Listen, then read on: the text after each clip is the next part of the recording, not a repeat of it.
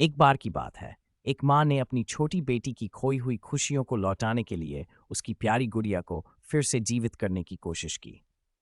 बेटी की मृत्यु के बाद माँ ने गुड़िया को अपने कमरे में रखा और हर रात उसके पास बैठकर उसके साथ बातें करती। एक रात उसे गुड़िया में अजीब सी हरकतें महसूस हुई। उसकी आंखें मानो उसे देख रही थीं, जैसे उसमें कोई आत्मा बस गई हो। डरते डरते उसने गुड़िया को गले लगाया और उससे पूछा, क्या तुम मुझसे बातें कर सकती हो?